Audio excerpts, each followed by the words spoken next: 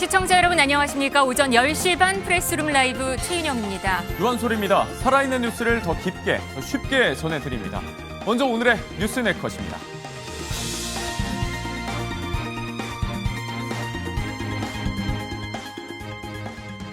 결국 이재명 더불어민주당 후보 유세에 방탄 유리막이 설치됐습니다.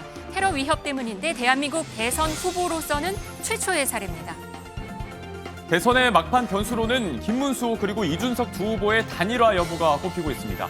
지지도는 김 후보가 높은데요. 개혁신당 지지층 60%는 반대 입장입니다.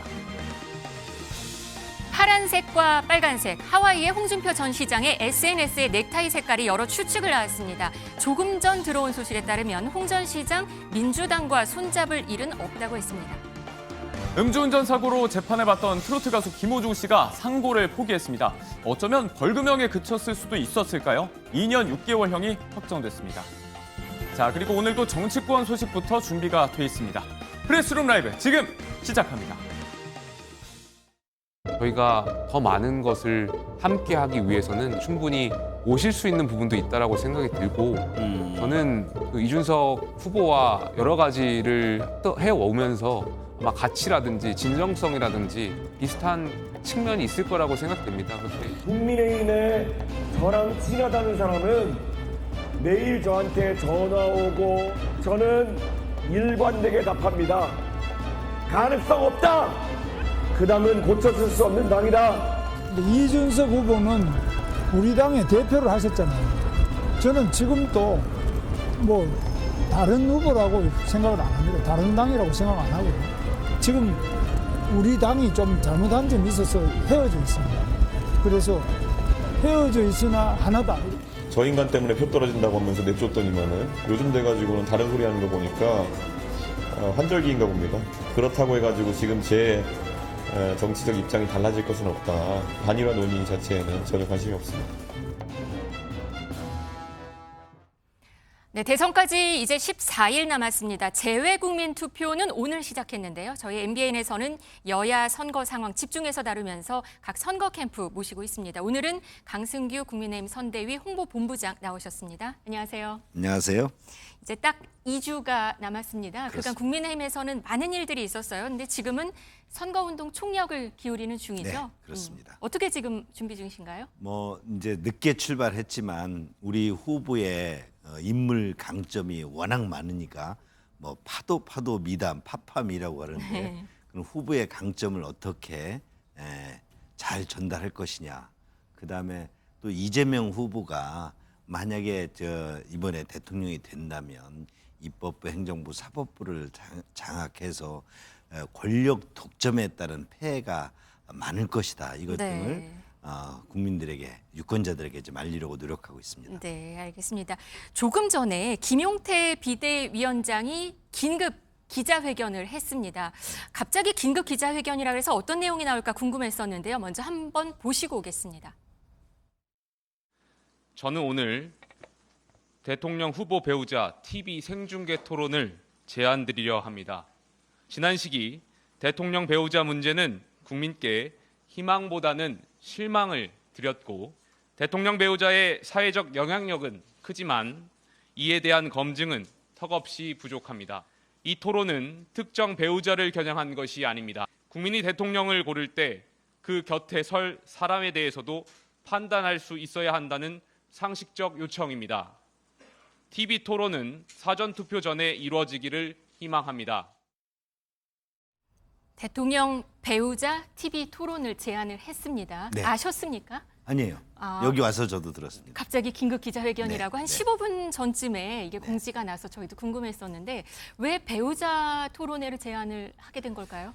뭐 김문수 후보의 배우자께서는 노동운동을 같이 하지 않았습니까? 네. 그리고 김문수 후보가 국회의원과 도지사 국회의원 3선 도지사 2번 할 때 또 배우자였죠. 네. 그러나 그동안 김문수 후보 배우자가 어떤 스캔들에 휘말렸다는 얘기는 한 번도 들어본 적이 없습니다. 네.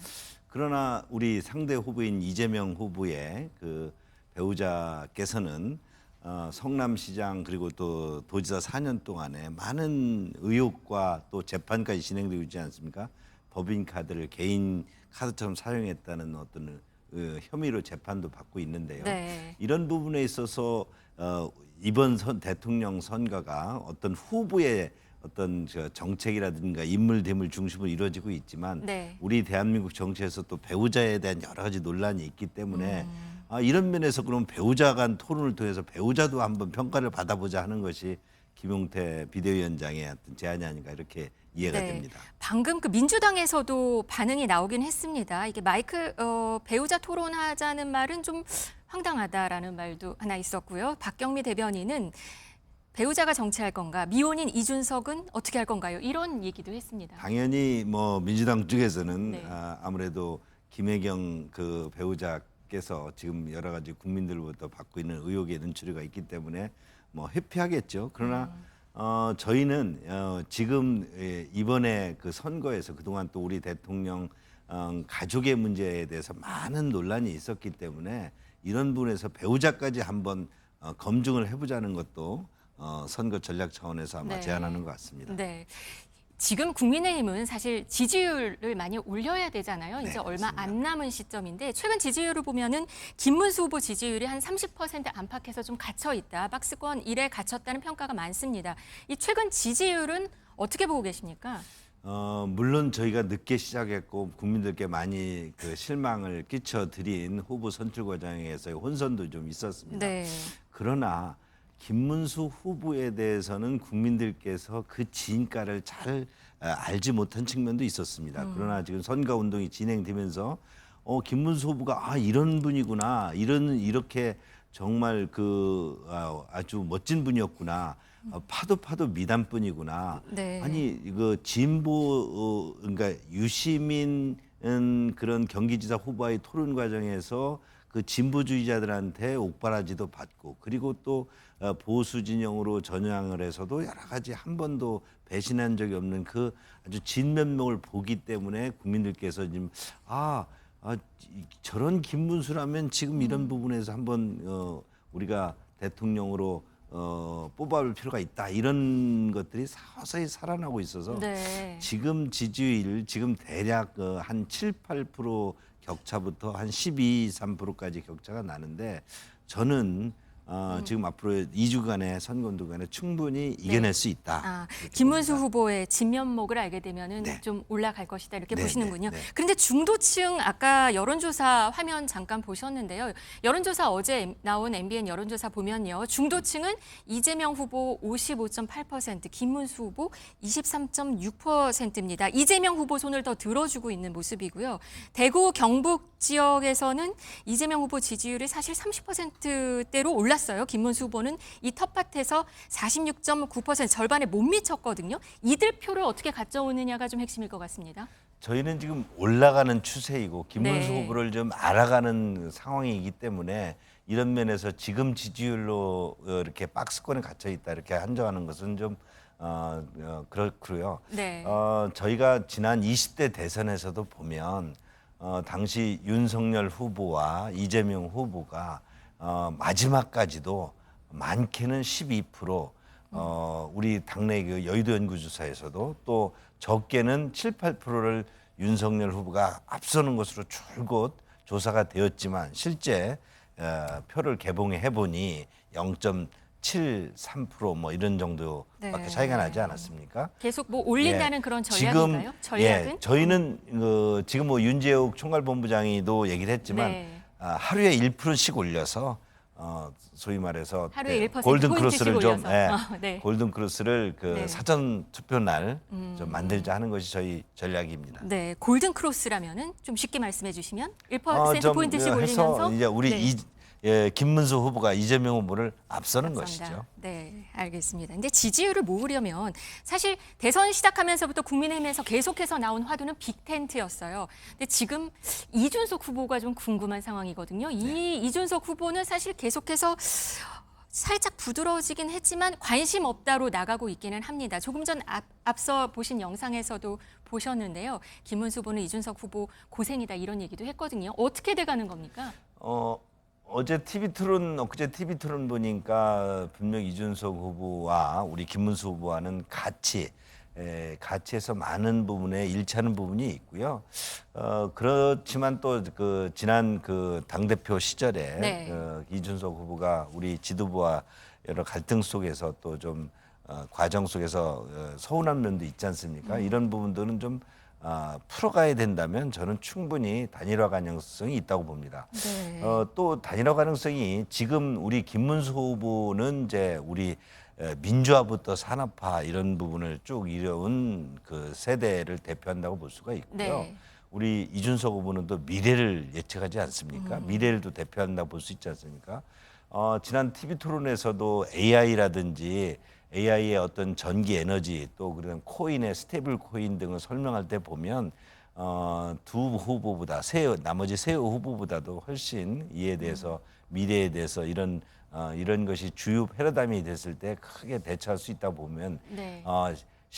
미래 세대를 대표하는 이준석, 그 다음에 또 과거와 지금 그 미래 세대에게 뭔가 징검다리를 줄 수 있는 김문수 후보가 결합을 한다면 저는 큰 시너지 효과가 있다고 그래서 네. 볼 수 있기 때문에 마지막 단일화 가능성이 저는 높다고 봅니다. 단일화가 된다면 여론조사를 보니까 김문수 후보를 사실 여론은 높은데 개혁신당 내에서는 반대하는 의견도 높단 말이에요. 그럴 수도 있죠. 그러나 이제 그동안 그 국민의힘에 많은 실망을 했던 지지자들께서 이게 뭔가 좀 단일화가 돼서 해볼 만하다라고 한다면 네. 투표 의향층들이 더 많아질 것이고 그렇다고 하면 실제 투표에서는 충분히 이길 수 있다. 저는 그렇게 확신합니다. 네, 국민의힘 내부에서는 사실 보수 지지층도 잡기는 해야 하잖아요. 그런데 일단 윤 전 대통령이 탈당을 하기는 했는데 사실 좀 늦진 않았나 싶기도 한데 그건 어떻게 보시나요? 윤 전 대통령께서는 남아 있는 것이 도움이 될지 또 탈당하는 것이 도움이 될지를 고민을 많이 하셨을 거고요. 당내에서도 두 가지 시각이 있지 않습니까? 그 지지자들께서는 윤 대통령 지지자께서는 자유민주주의 가치를 공유하고 있는 건 남아 있어야 된다 그랬을 것이고 또 탄핵에 찬성하거나 좀 중도 외연 확장을 바라는 층에서는 출당을 시켜야 된다 이런 주장도 있기 때문에 네. 이런 고민 속에서 가장 적절히 내가 당에 어떤 도움을 줄 수 있을지 어떤 것이 현명 판단적으로 고민하신 것 같고 그것이 자진 탈당으로 그렇게 결론이 났다고 보고 그런 면에서는 저희 당의 입장으로서도 좀 바람직하다 이렇게 저는 그렇게 해석하고 있습니다. 근데 윤 전 대통령 탈당으로 보수 지지층이 또 빠져나가는 우려가 또 당내에는 좀 그렇지는 크게 걱정하지는 않으셔도 될 것 같습니다. 네. 보수 지지층께서는 또 지금 윤석열 대통령의 자유민주주의 가치를 옹호했던 것이고 지금 저희가 추구하고 있는 김문수 후보라든지 국민의힘의 가치가 그렇기 때문에 네. 크게 실망하지는 않을 것이다 이렇게 봅니다. 네, 기호 6번이었던 구주와 전 대선 후보가 국민의힘에 들어왔습니다. 여기에 또 개몽됐다라는 것으로 많이 알려진 김계리 변호사 입당 신청을 했고요. 지금 이건 어떻게 진행 중인 건가요? 선거 전국이 되면 네. 그동안 당의 뭐 여러 가지 갈등도로 탈당했던 분들 또 당에 입당하고 싶어하지만 여러 가지 경력 등에 의해서 좀 막혀있던 부분 등을 대개 선거 전국에서는 대사면을 통해서 입당을 시킵니다. 그런 네. 측면에서 하나의 적이 있고 이것을 뭐 빅텐트다 이렇게 이해하는 것은 그렇지만 많은 부분에 있어서 지금 힘을 합쳐야 되기 때문에 네. 김계리 변호사도 그렇고 또 구주와 그 후보도 그렇고 저희는 지금 모두가 보수 진영이 또 자유민주주의 가치를 좀 지키려는 어떤 세력들이 다 합해야 된다. 그런 측면에서 이해하면 될 것으로 봅니다. 사실은 전광훈 목사와의 관계 얘기를 민주당에서는 많이 한단 말이에요. 네, 극우 손절 시험대다 이런 분석도 있거든요. 그게 보수 진영이든 진보 진영이든 그 스펙트럼이 있지 않겠습니까? 전광훈 목사는 현장에서 자유민주를 지키겠다라고 높이 외쳤던 그래서 뭐 상대 진영에서는 그 극보수라고 하지만 실제적으로 보수의 가치를 굉장히 옹호하는 분이죠. 그다음에 또 우리 김문수 후보가 전광훈 목사의 그런 현장에 그런 자유민주를 지키기 위한 노력 등을 또 높이 사는 측면도 있고요. 그러나 전광훈 목사의 스펙트럼이 김문수 후보의 스펙트럼의 전부일 수는 없습니다. 그러니까 뭐 김문수 후보와 전광훈 목사를 동일시시켜서 극우 세력이라고 프레임 거는 것은 역시 그저 민주당의 프레임일 뿐이고 저희는 보수 가치의 여러 가지 세력 중에서 전광훈 목사 같은 가치도 있고 좀 더 진보적인 가치. 그러니까 유시민 그러니까 경기도지사 선거에서 유시민 후보와 상대 후보가 소위 토론을 하다가 울지 않습니까? 그때 유시민 후보의 가족들이 우리 김문수 후보가 옥살이를 할 때 옥바라지를 했다고 그러지 않습니까? 이런 부분 등이 그러면 김문수 후보는 진보적 가치를 누구보다도 낮은 곳에서 일해왔기 때문에 가지고 있지 않겠습니까? 네. 그래서 그냥 그것이 김문수 후보의 모든 어떤 칼라가 극우다 이렇게 단정짓는 것은 굉장히 위험한 프레임이다. 이렇게 봅니다. 알겠습니다. 마지막으로 옆에서 지켜본 김문수 후보 어떤 장점을 가지고 있을까요? 굉장히 말과 행동과 비전과 실천 이런 부분이 일치하는 분이십니다. 그러니까 말을 했고 정치인은 말을 하고 실천 지키지 못하는 경우도 있고 말이 번지르 하고 나중에 그것이 가짜 거짓말일 수도 있는데 참 김문수 후보는 그 어떤 정치인보다도 이런 부분에서 일치하고 굉장히 따뜻하고 청렴한 분입니다. 아주 감동적일 정도로 청렴한 분이다. 이렇게 알겠습니다. 소개하고 싶습니다. 알겠습니다. 고맙습니다. 오늘은 강승규 국민의힘 선대위 홍보본부장과 얘기 나눠봤습니다. 고맙습니다. 감사합니다.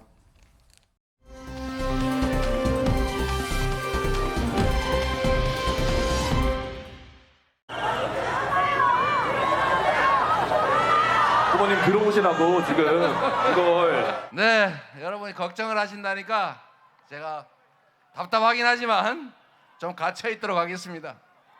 내 편만 챙기고 상대편은 제거하려고 그러고 아예 진짜 죽여버리려고 치사하게 말이죠. 졸렬하게 유치하게 이 바쁜 세상에 그런 거 할 때가 시간이 어디 있습니까?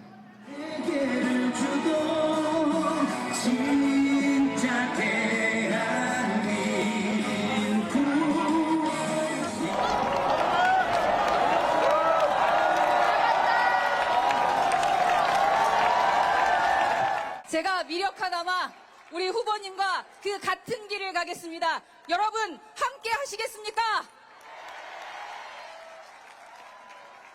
허은아 네, 되는 집은 다르죠? 정치권 이슈 계속해서 짚어보겠습니다. 정광재 국민의힘 대변인, 강성필 민주당 부대변인 함께하셨습니다. 안녕하세요. 안녕하세요. 네, 조금 전 영상을 보셨을 텐데요. 이재명 민주당 후보 유세에는 결국 방탄 유리막이 등장했습니다. 대선 후보 최초였습니다. 이 후보의 말은 제가 좀 답답하긴 하지만 좀 갇혀 있도록 하겠습니다. 뭐 이렇게 말을 했어요. 근데 앞이 좀 잘 안 보일 것 같아요. 화면 보면요. 아무래도 우리 앞에 뭐 투명한 유리판이라고 하더라도 하나가 있으면 불편하기 마련이죠. 네. 그런데 어쩔 수가 없는 게 지금 이재명 후보와 관련해 가지고 사실 뭐 수십 건이 넘는 어떤 테러와 관련된 제보들이 이어지고 있어요. 사실 이런 것은 뭐 민주당뿐만이 아니라 아마 국민의힘 뭐 당대표나 후보나 이런 분들에게도 쏟아지고 있을 겁니다. 근데 그 중에서 저희가 그 경찰과 지금 협의를 했는데 그 중에 8건이 있었습니다. 근데 그 8건 중에 한 건은 이미 제가 알기로 검찰에 송치가 된 걸로 알고 있고 네. 7건에 대해서는 경찰이 내사 혹은 조사를 하고 있는 걸로 알고 있습니다. 그리고 이제 우리 가까운 나라 일본에서도 최근에 사실 아베 총리가 안타까운 일이 있었던 거 아니겠어요? 그리고 미국에서 트럼프 대통령도 선거 유세 도중에 또 총탄을 맞을 뻔했고요. 그다음에 이재명 후보 같은 경우는 또 과거 이미 부산에서 피습을 한번 당한 사례가 있기 때문에 사실 저희 민주당으로서는 상당히 예민한 부분이다 이런 입장이 있기 때문에 아무래도 좀 유권자들과 소통하는 데 불편함은 있지만 이해해 주십사 하는 부탁을 올립니다. 어제 유세 현장에는 국민의힘을 탈당하고 민주당에 입당한 김상욱 의원 그리고 개혁신당을 탈당한 허은하 전 대표도 등장을 했습니다. 허은하 전 대표는 이재명 후보가 직접 소개도 하고 포옹까지 하는 모습도 있었는데요. 좀 각 당에서 좀 나왔던 분들이 이재명 후보에게 좀 많이 간 듯합니다. 네, 허은하 전 개혁신당 대표 같은 경우에는 국민의힘을 탈당해서 개혁신당에 갔었고 이준석 의원과 뜻을 같이 했었는데 여러 가지 갈등 요인으로 더 이상 개혁신당에서 정치를 재개하기 어렵다 이런 판단을 했기 때문에 결국 정치적 망명처로 민주당을 선택한 것 아니냐 이런 분석이 가능할 것 같고요. 김상욱 의원은 사실 보수정당에서 국회의원이 됐잖아요. 네. 그분을 국회의원으로 만들어준 울산의 유권자분들은 김상욱 의원이 불과 1년 만에 상대 진영인 민주당에 입당하고 또 이재명 후보를 지지한 것에 대해서 그것을 인정하고 있을까라는 근본적인 의문이 있습니다.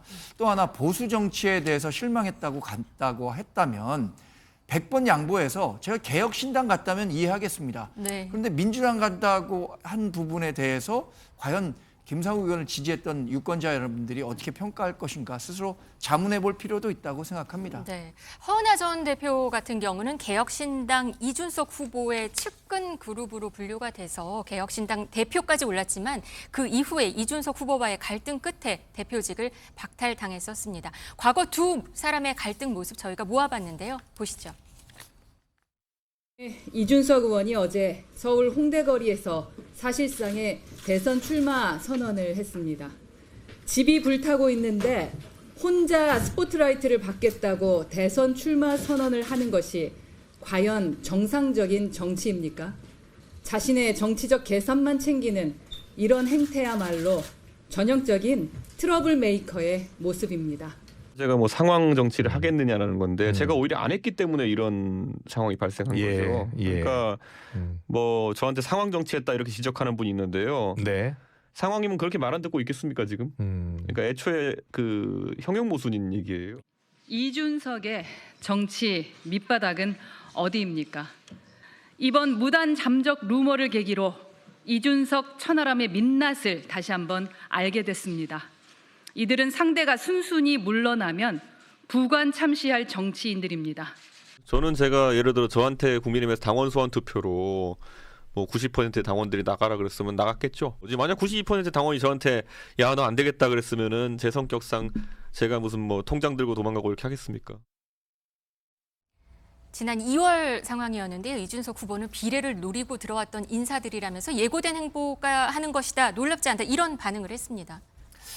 그래서 이재명 민주당 후보가 보수 진영을 이렇게 포용한다라고 보긴 어려울 것 같습니다. 왜냐하면 지금 허은하 전 대표 같은 경우엔 정치적 활로를 모색한 것에 불과하다고 봅니다.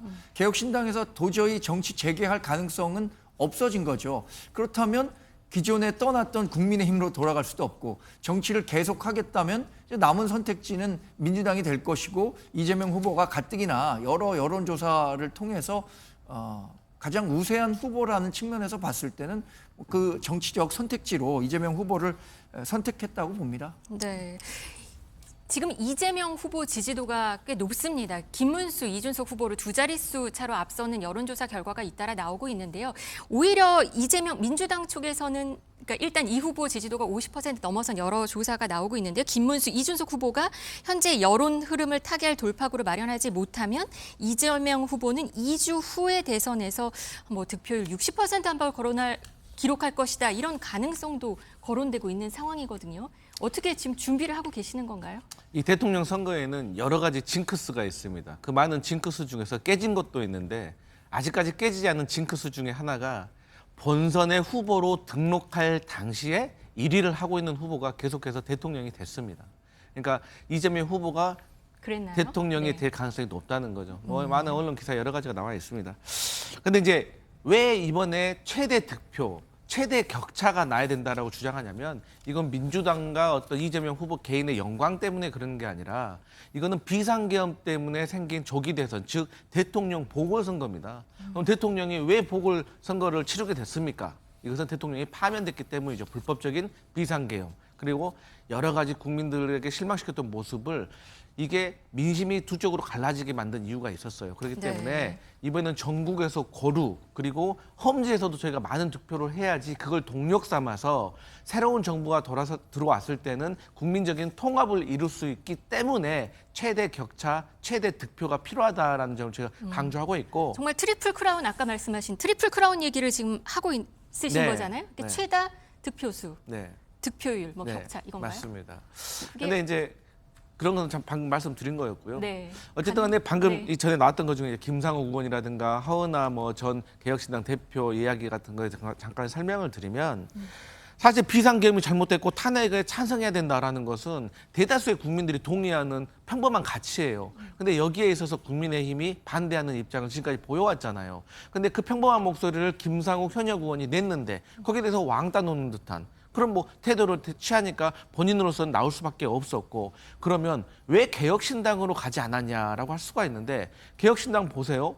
천하용인 이준석 그 후보와 국민의힘에서 탈당을 해가지고 그야말로 개혁신당을 창당했던 멤버들입니다. 근데 천하용인에서 김용태였습니다, 원래는. 근데 이 김용태가 빠지고 김용남으로 바뀐 거 아니겠습니까? 그런데 그 중에서도 허은하 대표, 선출직으로 대표가 됐는데 이분과 관련해서도 갈등이 있었는데, 우리 방금 자료화면에서도 봤지만 대표라는 사람이 당의 실질적인 어떤 가장 큰 지분을 가지고 있는 이준석 후보가 아니 허은하 대표와 갈등이 있으면 본인이 불러가지고 조용히 해결할 생각을 해야지, SNS에다 글 올리고 비난하고 또 뭐 통장 얘기하고, 이것은 집안 싸움을 밖에 알리는 거잖아요. 쉽게 말해서 지도자로서의 저는 아직 품격적으로 완성이 되지 않은 것 같다. 그런 사람을 믿고 어떻게 김상욱 의원이 또 가고, 또 개혁신당 가면 또 돌고 돌아가지고 국민의힘으로 돌아갈 수도 있습니다. 그렇기 때문에 저희 민주당으로 오셨다, 이런 말씀 드립니다. 이재명 텐트는 인산인해다, 이런 표현이 있습니다. 방금 말씀하신 대로. 아까 말씀드렸는데요. 대선 후보 방탄 유리막 사용이 사실 노태우 당시 1987년에 광주 유세에서도 있었다고 합니다. 그 당시에는 경호원이 옆에서 방탄 유리를 들고 있는 상황이었고요. 지금은 직접 아예 설치를 한 그런 상황입니다. 네, 이제 뭐 과거에 권위주의가 좀 잔재가 남아 있었기 때문에 그 사람이 들고 있을 수도 있지만 그랬네요. 지금 다른 것 같습니다. 민주당 빅텐트인데요. 지금 범보수 진영의 반 이재명 빅텐트로는 아직인 것 같습니다. 시간이 이제 얼마 남지 않았습니다. 네, 우선 뭐 최근에 나타나는 지지율 흐름이 끝까지 대선 마지막에 득표율로 이어질 것이라고 저는 보지는 않습니다. 지금은 뭐 앞서 보신 것처럼 이재명 후보가 많이 앞서 나가는 모습인데, 그것은 지난 최근 8년간 이재명 후보는 벌써 3번이나 대선 후보로 등록했고 4월 27일에 민주당의 후보로 결정이 됐기 때문에 굉장히 앞서 나간 캠페인을 벌였던 거죠. 우리 당의 출발이 늦었고 단일화 과정에서의 불협화음으로 인해서 여러 어려움을 겪고 있는 건 사실입니다만, 이 지금 나오는 지지율이 최종 득표율로 이어지진 않을 것이라고 보고요. 빅텐트와 관련해서는 여러 의견이 있습니다만 이 최근에 나오는 지지율이 중요한 변수가 될 수 있을 것이라고 생각합니다.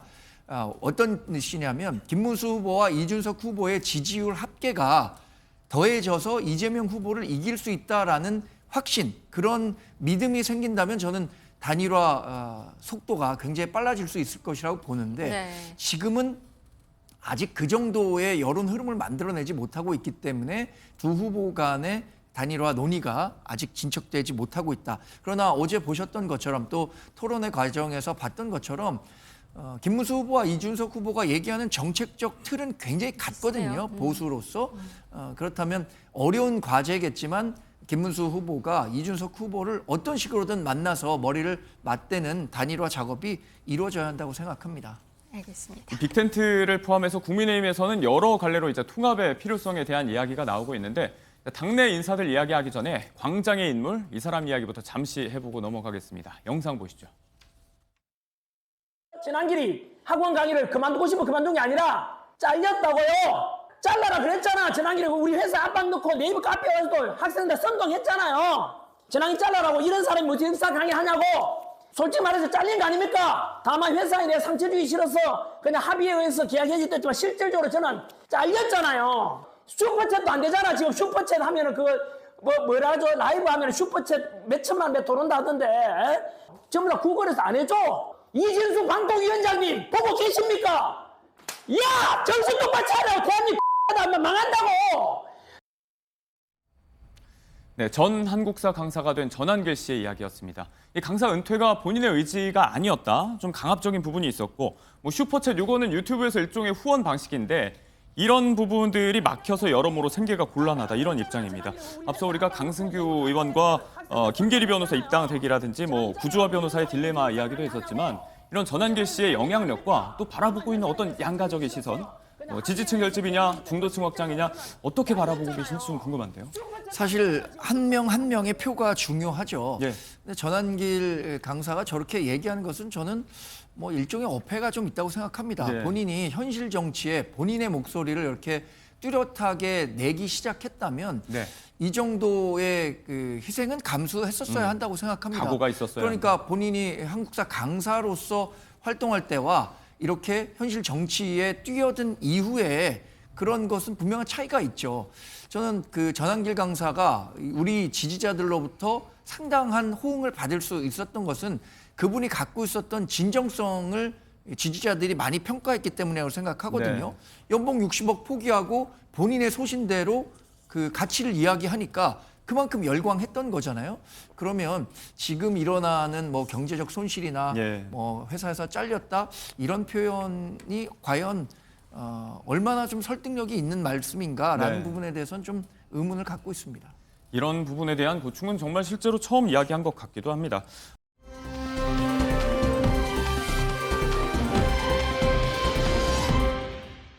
당 입장에서는 적어도 공식적으로는 이분의 합류가 훨씬 더 절실해 보이기도 합니다. 주목받고 있는 인물은 바로 홍준표 전 시장인데 지금 묵고 있는 하와이로 일명 특사단이 출국해서 선대위 합류를 요청하기 위해서 실제로 만남이 이루어지고 있습니다. 자, 관련해서 특사단으로 가 있는 유상범 의원이 현지에서 지금 어떻게 돌아가고 있는지 목소리를 아침에 방송에 출연해서 목소리로 좀 들려줬습니다. 그 이야기 잠시 들어보고 이어가겠습니다.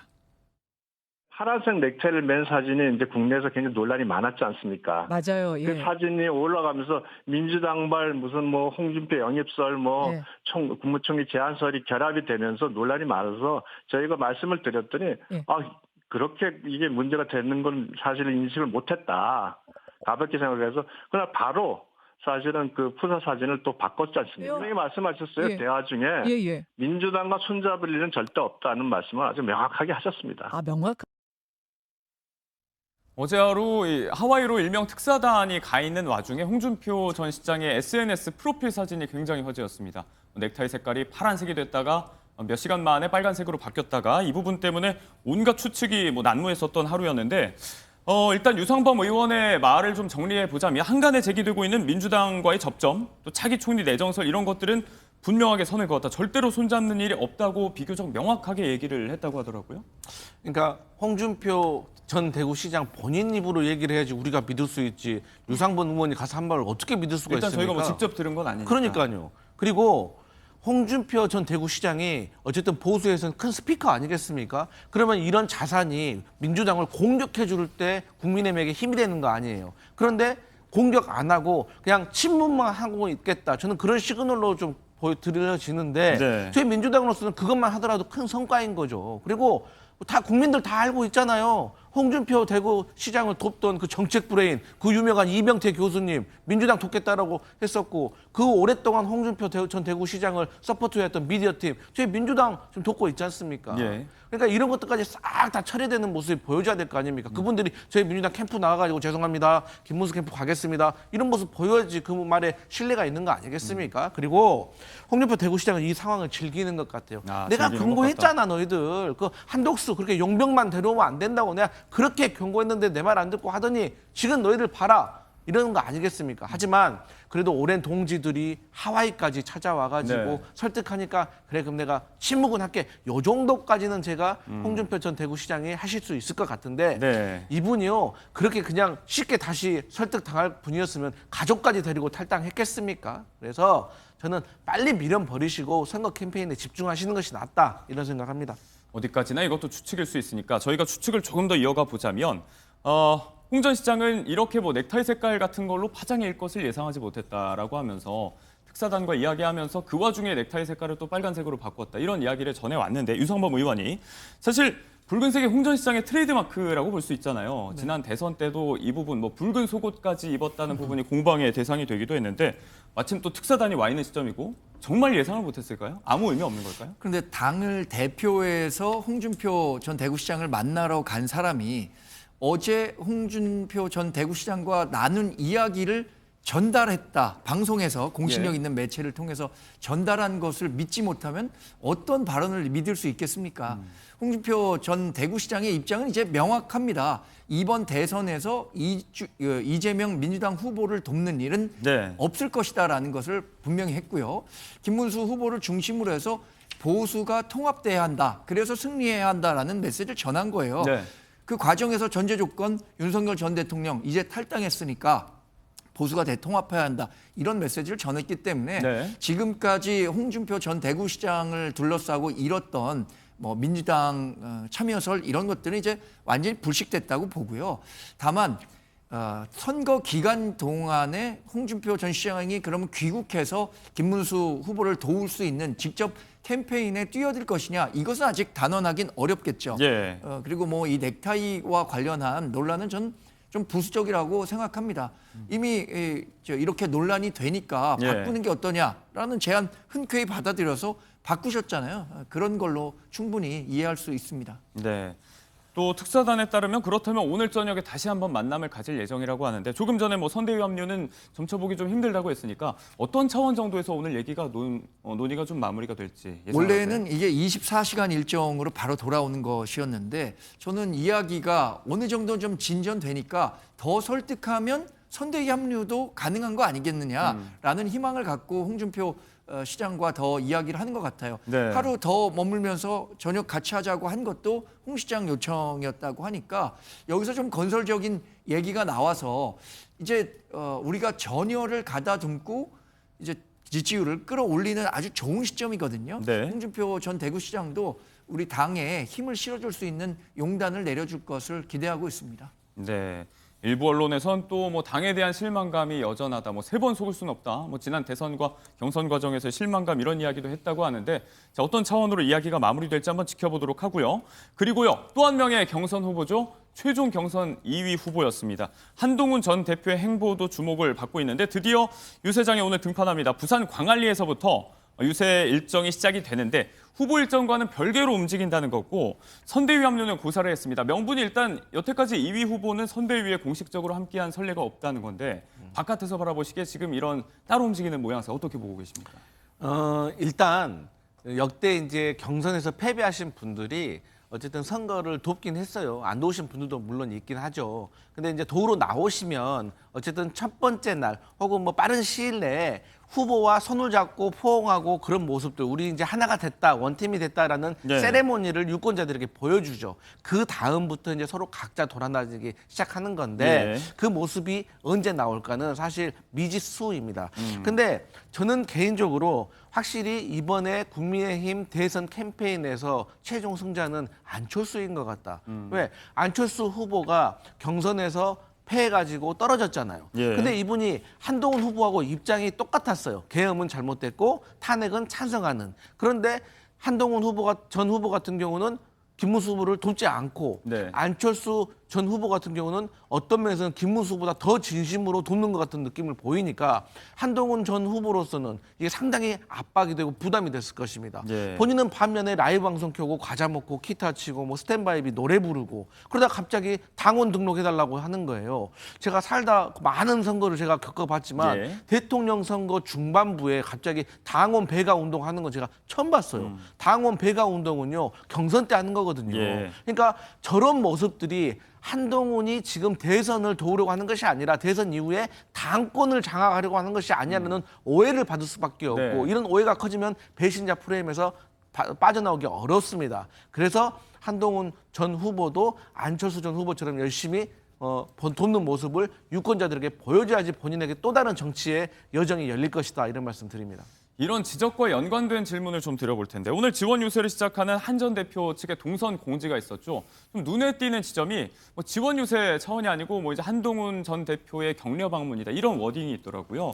누구를 격려한다는 건지 이거 어떤 의미로 봐야 될까요? 이번 캠페인 과정에서 김문수 후보를 뽑아달라는 것과 국민의힘 후보를 뽑아달라는 것과 사실상 같은 거 아닌가요? 전 뭐 거기에 김문수 후보를 뽑아달라고 하지 않았다는 것, 물론 뭐 실제 캠페인 과정에서 어떤 워딩을 사용할지는 모르겠습니다만 네. 중요한 차이라고 생각하지는 않고요. 한동훈 전 대표는 사실 경선 이후에도 김문수 후보가 단일화 과정에서 굉장히 어려움을 겪을 때도 네. 정당성 있는 김문수 후보를 지키기 위해서 굉장히 많은 노력을 했습니다.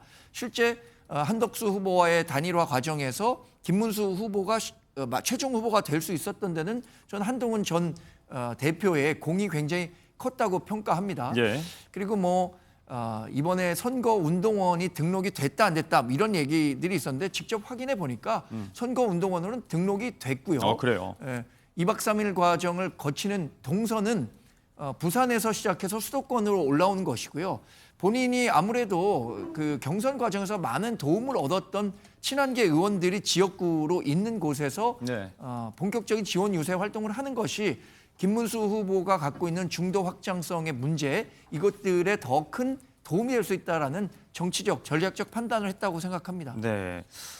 선거운동원으로 공식 등록이 됐다고 하시니까 이 이야기를 좀 여쭤보고 싶은데 지금 지지자들 입장에서는 좀 부정적인 얘기가 나와요. 지원 유세에 나서기로 했는데 뭐 현장에서 마이크도 못 쓰게 한다 이런 볼멘 소리가 좀 들리고 있는데. 그러니까 선거운동원이 등록이 안 되면 마이크를 쓰지 못하는데 제가 지금 확인한 바로는 선거운동원에 등록이 돼 있어서 네. 마이크를 사용할 수도 있고 뭐 다양한 캠페인을 진행할 수 있습니다. 그런데 네. 어떤 방식으로 한동훈 전 후보가 지원 유세에 나설 것인가는 아직 확정된 게 없어서 네. 제가 이게 예단해서 말씀드릴 수는 없는 거죠. 알겠습니다. 오늘 뭐 지원 유세 현장도 한번 살펴봐야 될 것 같고요. 아직은 공식적인 입장과 행보가 보이지 않는 한덕수 전 총리까지 이제 2주 정도 남은 대선, 2주 남았죠. 막판 어떤 움직임들을 보일지 한번 지켜보면 좋겠고요.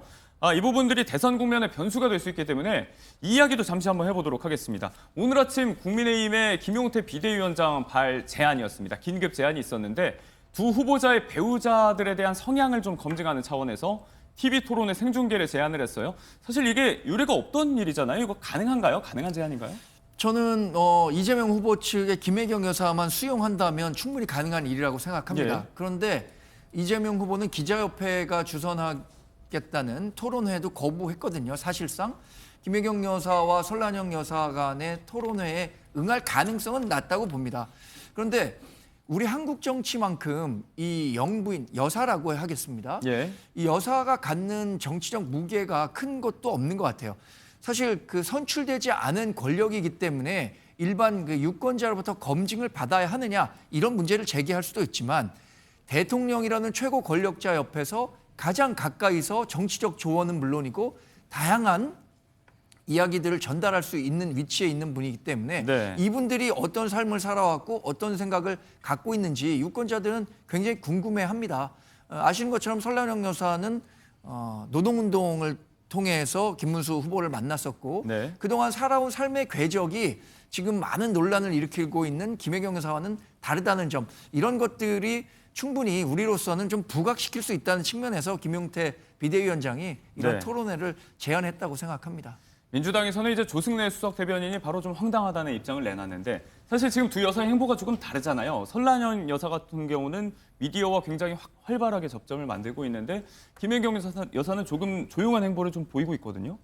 이제 대통령학을 공부하고 있는데요. 그 중에서 이제 퍼스트 레이디에 대해서 상당히 학계에서 논란이 많이 있었습니다. 예. 그러니까 퍼스트 레이디와 퍼스트 젠틀맨이 생긴다고 하면 그 역할과 범위에 대해서 어떻게 규정을 해야 되는가. 그리고 2008년도부터 대통령을 선택하는 데 있어서 배우자도 조건이 될 수가 있겠다라는 건 전 세계적인 트렌드가 있었습니다. 네. 그래서 배우자도 토론해야 되는 것이 아닌가라는 아이디어가 많이 나왔었죠. 그런데 결국 학계에서도 여기 대해서 이제 우려가 컸던 것은 배우자가 국정을 운영하는 것은 아니지 않냐. 네. 그리고 또 배우자가 국정을 많이 알면 그것이 또 국정 개입으로 이어지는 것이 아니냐. 과거에 많은 영부인들의 폐해가 있었기 때문에 그래서 우리가 소위 퍼스트 레이디 같은 경우는 그 대통령이 어떤 보지 못하는 사회에 그늘진 약자들을 네. 보살피고 봉사를 하는 그런 역할로서 우리가 암묵적으로 독립을 해왔던 것이죠. 그런 차원에서 사실 배우자 토론회는 그냥 그 아이디어 차원인 거고 네. 방금 김혜경 여사가 수많은 논란이 있었다고 하는데 수많은 논란이 아니라 법카 하나입니다. 그 법카 10만 4천 원 본인 밥값 포함해서 네. 정치인이 아니기 때문에 그 법을 잘 몰랐을 수도 있고 본인이 알았다고 하면 본인 밥값은 왜 본인이 냈겠습니까? 그런데 10만 4천 원 가지고 밥값을 냈는데 그 가지고 얼마나 그 대가가 가혹했습니까? 수사받고 압수수색당하고 기소당해서 재판받고 이런 송사를 다 겪었습니다. 그런데 국민의힘의 전직 그 영부인 김건희 여사 어땠습니까? 청탁한 사람이 제가 청탁했습니다라고 해도 검찰이 자꾸 너는 청탁한 게 아니야 해가지고 예. 무혐의다 이런 거 아니겠습니까? 6천만 원의 목걸이, 명품백 2번 수수 여러 가지 의혹이 있습니다. 그래서 배우자 토론회 하면 그 얘기가 소환이 될 수밖에 없기 때문에 저희 민주당은 뭐 어쨌든 여기에 대해서 황당한 아이디어이기 때문에 응하지는 않겠지만 네. 이런 말도 있다 이런 거 전해드립니다. 네, 정치권의 파장을 만들었던 오늘 아침 긴급 제안에 대한 이야기까지 잠시 해봤습니다.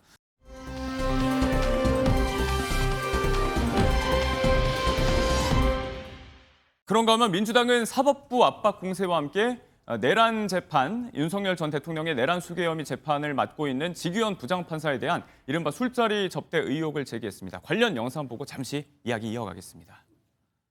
동석자와 함께 기념사진 찍듯이 촬영된 사진입니다. 고가의 술을 여성 종업원과 함께 즐겼다고 증언합니다. 네, 지기현 판사는 룸살롱에서 삼겹살을 드십니까? 사진이 있는데도 뻔뻔하게 거짓말을 한 판사에게 내란 재판을 맡길 수 없습니다. 이제는 지기현 판사가 자신의 거짓말에 대한 책임을 져야 할 시간입니다. 공수처 고발도 적극 검토하겠습니다. 사법부의 신속하고 단호한 대응을 촉구합니다. 아직 그 내용을 제가 보지도 못했고 그 문제는 당에서 객관적이고 합리적인 근거에 따라서 잘 처리하지 않겠냐 이렇게 생각합니다. 네, 임주혜 변호사까지 함께 모시고 이야기를 좀 이어가 보도록 하겠습니다. 일단 사진 공개가 있기 전에 노종면 대변인의 모습을 보셨는데 어제 재판 전에 지기현 부장판사가 직접 본인 신상에 대해서 입장을 밝혔습니다. 재판부의 신뢰의 문제를 좀 해소하기 위한 차원이라고 이야기를 하면서 본인은 평소에 삼겹살에 소맥을 즐기는 소박한 일상을 보내는 편이고 저런 곳에서 접대를 받을 것은 생각조차 해본 적이 없다. 또 법관 하나하나의 의혹 제기에 대해서 입장을 밝히는 것 자체가 재판 진행에 영향을 줄 수 있기 때문에 그런 이야기를 하면서 좀 신속한 재판을 하겠다라고 먼저 밝히고 재판을 시작했습니다. 법관으로서는 이렇게 법정에서 본인 신상에 대해서 이야기하는 게 좀 이례적이라는 이야기를 많이 하더라고요. 그렇죠. 이례적이라고 볼 수 있습니다. 어제는 윤석열 전 대통령의 이 내란 혐의에 대한 4차 공판 기일이었습니다. 이 재판이 진행되기 전에 재판장이 어떤 본인의 신상에 관한 부분을 적극적으로 이야기를 하는 것은 이례적이라고 볼 수 있는데 네. 어제 같은 상황에서는 사실상 공정한 재판이라던가 원활한 재판 진행을 위해서 지기현 판사는 본인의 이런 신상에 관한 의혹에 대해서 입장을 밝히고 가야겠다라는 그런 의지가 담겨 있던 것 같습니다. 네. 모든 의혹에 대해서 전면적으로 부인을 했는데요. 이와 관련해서 전혀 사실 무근이다. 어떤 접대를 받은 바도 없으며 기본적으로 뭐 소주와 삼겹살이란 구체적인 음식까지 제시를 하면서 네. 의혹에 대해서 부인하는 모습을 보였습니다. 자, 그러고 나서 조금 전에 보신 그 노종면 대변인의 이야기, 직접 약 2시간 만에 증거를 확보하고 있다는 사진을 공개를 했습니다. 사진을 보면 지기현 부장판사로 보이는 남성이 동석자 2명과 함께 해당 룸살롱으로 제기된 것으로 보이는 그 장소에 함께 앉아 있는 사진인데 사실 이 사진 공개만으로 논란이 해소가 되고 있지 않은 게 이 사진만 가지고는 뭐 접대 여부라든지 직무 관련성 청탁의 여부를 알 수가 없기 때문에 근거 없는 마녀 사냥이다, 인격 살인이다라는 나경원 의원의 비판이 좀 공세 높게 수위 높게 올라왔어요. 이거 어떻게 보십니까? 저희 민주당이 지기현 판사 딜을 캤습니까? 저희 민주당 가만히 있는데 제보가 들어온 거예요. 그럼 저희가 이 제보가 들어왔는데 선거 중간이니까 오해받을 수 있으니까 가만히 있어야 됩니까? 아니잖아요. 그리고 이분이 이런 말을 했습니다. 삼겹살과 소맥, 접대 생각한다. 이 말은 나는 소박한 삶을 살고 있기 때문에 저는 고급 룸사롱 안 다녀. 저는 그렇게 해석을 했어요. 그런데 사진 보니까 고급 룸사롱에 있었던 것은 사실인 것으로 보여요. 자, 그러면 각자 돈 내면 상관이 없는 거 아니냐? 맞습니다. 각자 돈 냈으면 상관이 없을 수도 있습니다. 그런데 만약에 지인이 내줬다. 근데 그 지인이 변호사다. 변호사가 내 지인이다. 이런 변명은 통하지가 않다. 그래서 저희 민주당은 그 강제 수사권 없습니다. 그렇기 때문에 빨리 대법원이 이런 국민적인 의혹을 해소하기 위해서 빨리 진상규명하는 데 나서야 된다. 이런 말씀 드립니다. 알겠습니다. 정치권 소식, 지기현 부장판사에 대한 의혹 얘기까지 세 분과 함께 나눠봤습니다. 여기서 인사 나누겠습니다. 고맙습니다. 고맙습니다.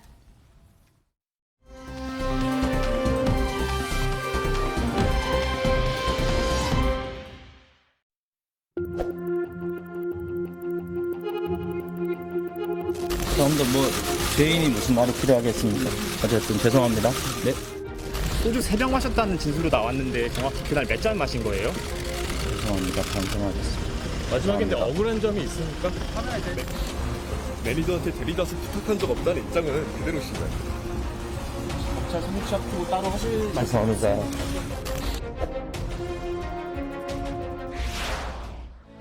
살았어 당신 덕분에 난 살았어 살겠어 나 당신을 위해서 살겠어 주신 사랑만큼 저도 열심히 노래해가지고 여러분들에게 좋은 모습 많이 보여드리도록 하겠습니다. 우리 아프지 말고 항상 밥 잘 챙겨 드시고 늘 고맙습니다. 사랑합니다. 오케이. 고맙소 사랑하오. 네, 작년 오늘은요. 트로트 가수 김호중 씨가 자신에 대한 음주운전 혐의를 처음으로 인정하고 경찰 조사에 응한 날이었습니다.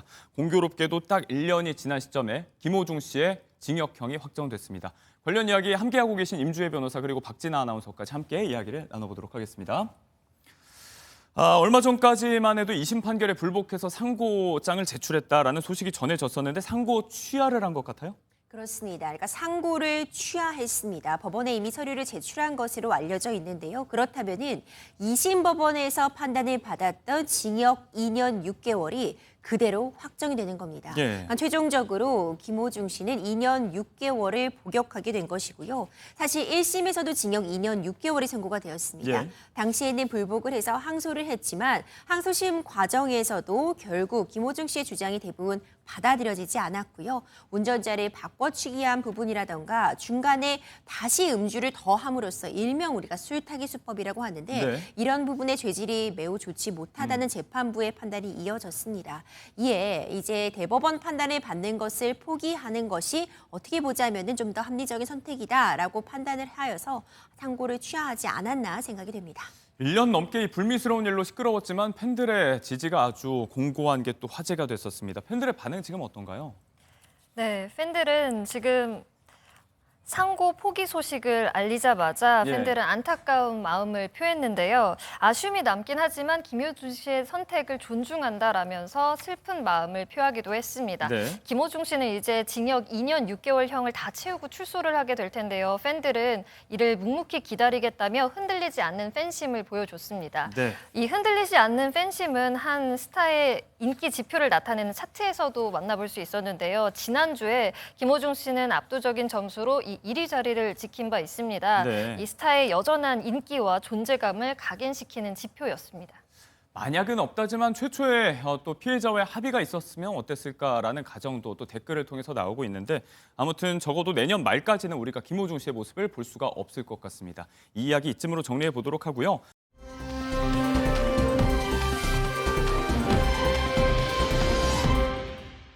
최근 연예인과 또 소속사 혹은 방송 스태프까지 사칭을 하면서 자영업자에게 피해를 끼치는 이른바 노쇼 사칭 범죄가 기승을 부리고 있는데 이 이야기를 저희가 여러 차례 전해드렸었거든요.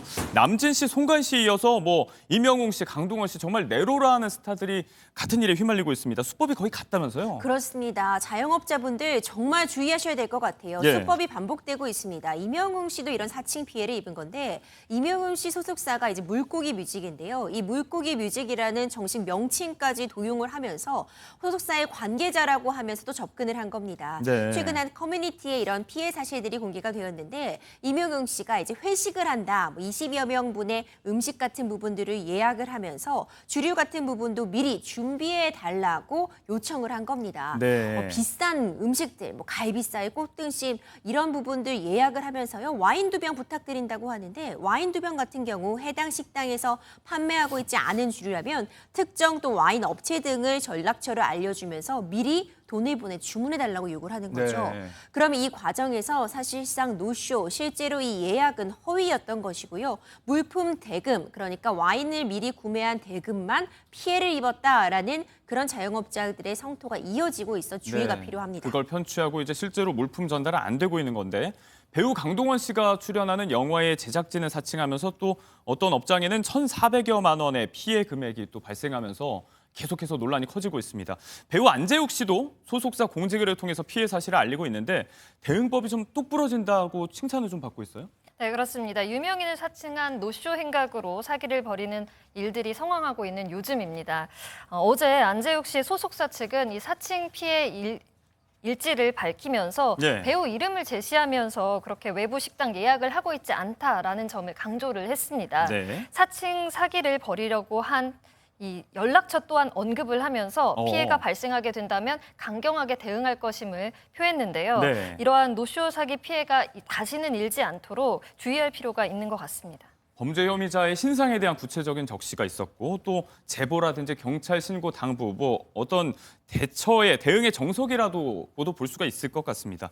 아무튼 이제 애초에 이런 일이 안 발생해야 되는 건데 자꾸 동일한 패턴의 이런 범죄가 기승을 부리는 이유 어디에서 찾아봐야 될까요? 사실 모방 심리도 작용하고 있습니다. 관련된 내용들이 계속 드러나게 되면서 네. 나도 한번 해볼까라는 모방 심리 있는 것 같은데 그와 덧붙여서 조직화되고 이 규모가 커진다는 점도 주목할 필요가 있습니다. 네. 애초에 노쇼는요 단순히 재미라던가 사회에 대한 불만 표출을 위해서 사실상 가해자에게 어떤 금전적인 이득은 돌아가지 않는데도 대규모 예약을 했다가 취소하는 사태를 일컬었는데요. 예. 요즘은 양상이 변했습니다.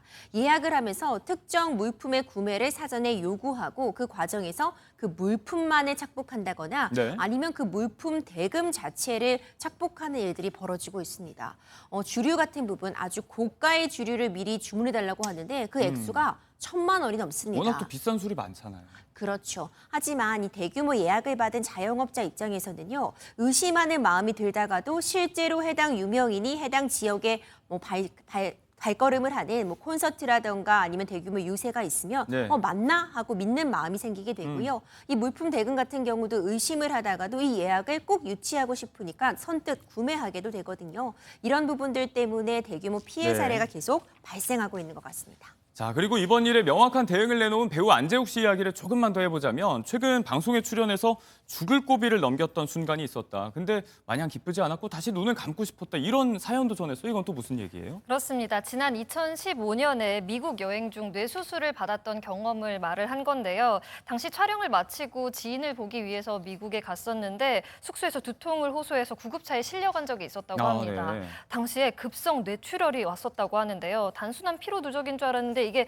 급성 뇌출혈로 생존율 50%의 머리를 절개하는 대수술이었다고 합니다. 청구된 병원비만 5억 원에 달했다고 네. 하는데요. 후에 와서 의료 전문 변호사를 통해서 병원비는 조율을 했다고 하고요. 갑작스럽게 생사를 오가는 수술을 받은 거잖아요. 네. 감당할 수 없는 힘든 마음이긴 했지만 지금은 극복하고 하루하루 감사함을 표하면서 살고 있다고 합니다. 네, 하루하루 행복해져야 할 의무가 우리 모두에게 있습니다.